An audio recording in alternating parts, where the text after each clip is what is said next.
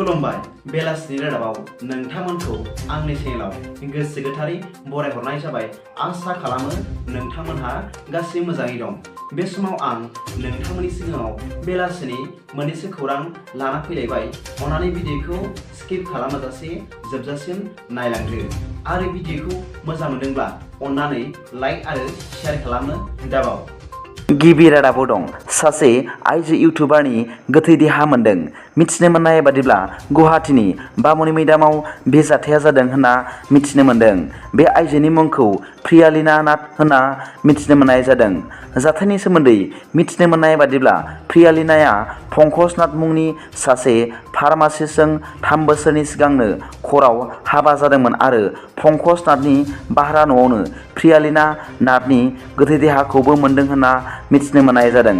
हिन्जावनि नखरनि सोद्रोमाफोरा पंकज नाथखौ बुथारनाय सन्देह खालामनानै थानायाव एफआइआर होनायलाय पंकज नाथखौ पुलिस हानजाया हमबाय होनना मिथिनो मोननाय जादों।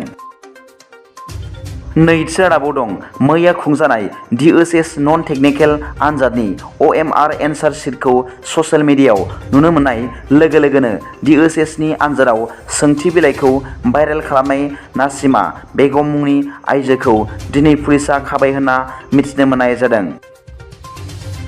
थामथि रादाबाव दं थांनाय रबिबारखालि आसामनि सनितपुर जिल्लायाव 5.65 लाख नंखाय रांजों लोगोसे तेजपुर बेचेरियानि थागिबि माधव नाथखौ पुलिसआ हमदों। मिथिनो मोननाय बादिब्ला हमजानाय दायनिगिरिनिफ्राय 239 गां 2000 नट आरो 175 गां 500 नटनि गासै 5.65 लाख नंखाय भारतारि रांखौ जब्द खालामनो हायो होनना पुलिसआ सुलुंनिफ्राय मिथिहोदों। ब्रैथि रादाबाव दं गसाइगावआव आयेन बेरेखा हा दखल खालामना थानाय न' आरो साहा बागान खालामनायखौ होस्रांदों।